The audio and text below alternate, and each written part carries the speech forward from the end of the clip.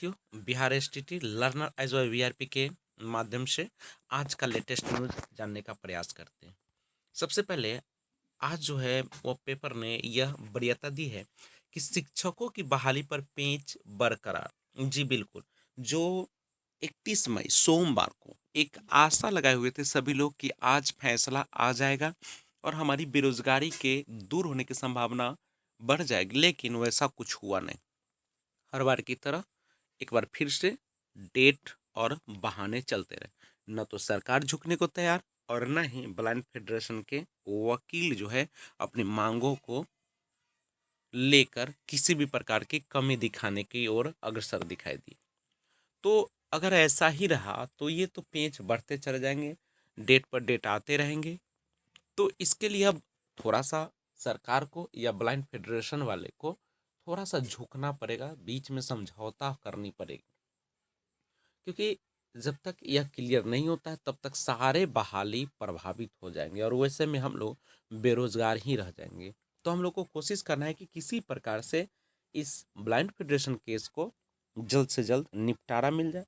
और देखिए, जब कोर्ट में जाते हैं तो ऐसा नहीं है कि आपको एक दिन में फैसला हो जाएगा। जैसे अब फिर से इसी को लेकर 3 जून को नई जो है सुनवाई का डेट रखा गया है।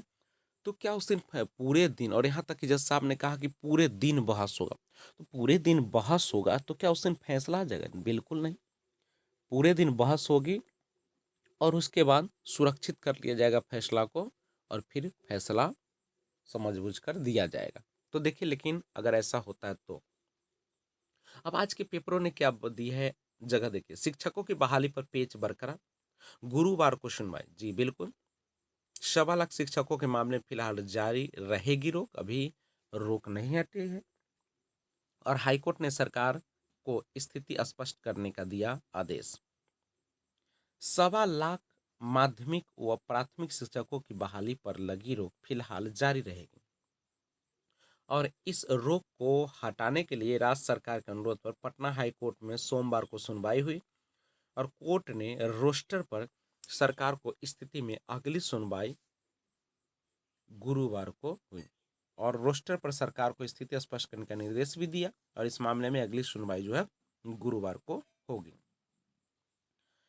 अब 1.25 लाख जो खाली जगह है उसके लिए 4% आरक्षण दिया गया। इस पर बात जो है सरकार भी मान चुकी है।